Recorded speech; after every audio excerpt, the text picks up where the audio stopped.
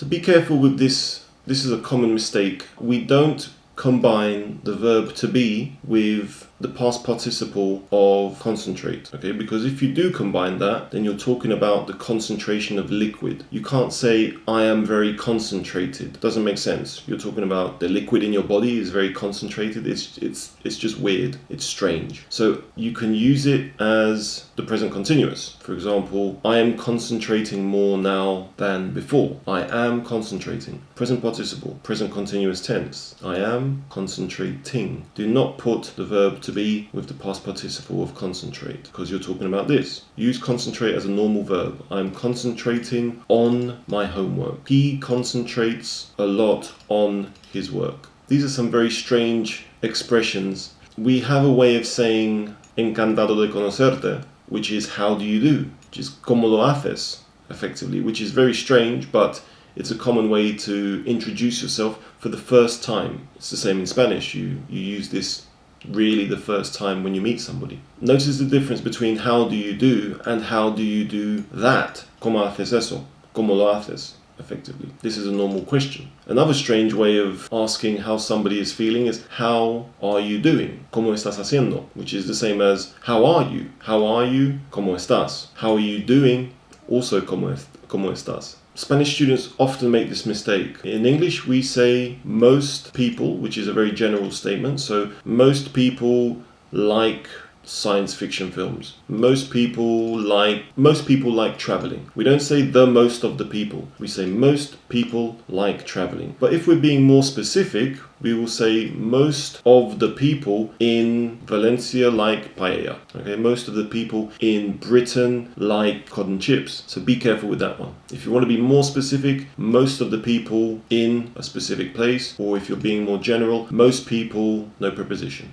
Students always get these two confused. You drink coffee in a cup and you drink it in a cafe. The place is called a cafe, the drink is called a coffee. Two phrasal verbs that are really useful to know is to put something in to the box and to take something out. So for example, you put money into your pocket, you take your phone out of your pocket. Two phrasal verbs which are really useful. Now this is a unique phrasal verb which not a lot of people know, to chip in for a present. Now to chip in is basically to contribute.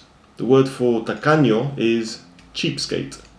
So this is not oven, okay, this is an a really, and this is an this is a schwa. So it's oven. We don't pronounce this mobile, okay, we pronounce it mobile. Accent is here, mobile. Be careful with, a lot of these words are problematic for students. We don't say told, okay, this is simply taught. We don't say thought, we say thought. Past of catch is caught. This is boat, not boat, boat. Past of buy is bought. So buy, bought. Fight, luchar, fought. Teach, taught. Catch, caught. Think, thought. And aunque is though. We don't say difficult. Okay, this is not an u sound. This is a schwa. Difficult. Now, generally, if it's around 100 years old, we say old. When you're talking about ancient, then it's many centuries ago. For example, the Mayans, the Romans. Those are ancient civilizations. 1,000 years ago, that's when we say ancient. So don't call an old person ancient, because then you make them sound like they are an old mummy from an Egyptian pyramid. Now in English, if you have kids, when you're reading them a bedtime story, that's exactly what you're doing. It's a story. But history, don't forget to pronounce the H, we pronounce the H in English, is the history of civilization, the pyramids, World War, Shakespeare, all these different things. Jesus Christ, Michelangelo, wars, royalty, communism. That's all part of world history.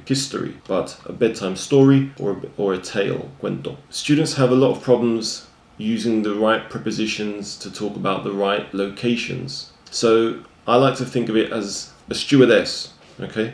If you're a stewardess, azafata, then on the right and on the left, at the top and at the bottom.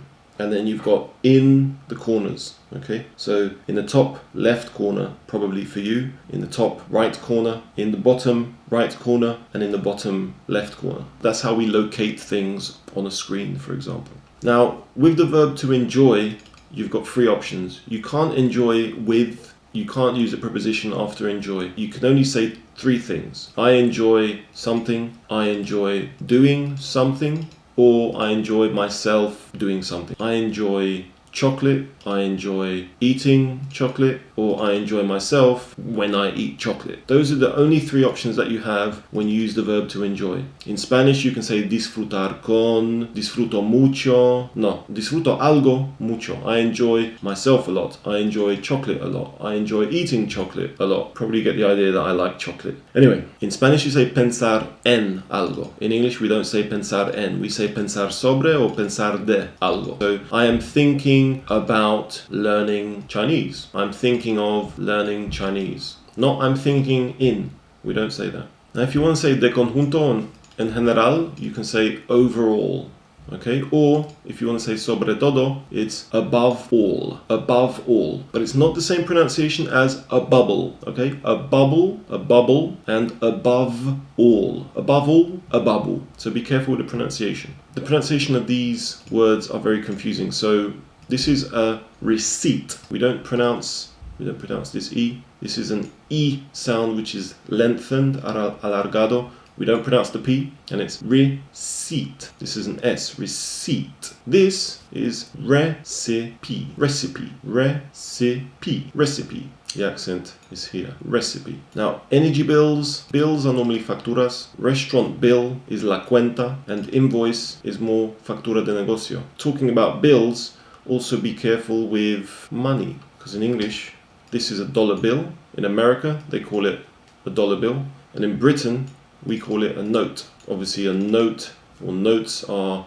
notas that you write in a notebook, libreta, and bill is also factura. I correct these words all the time. So series, don't pronounce the E here. There's always an S. If it's one episode, then we say episode. But series is always plural. Serious, okay, this is a schwa here. This is a schwa. Serious, and cereal. The stuff that you eat is called cereal.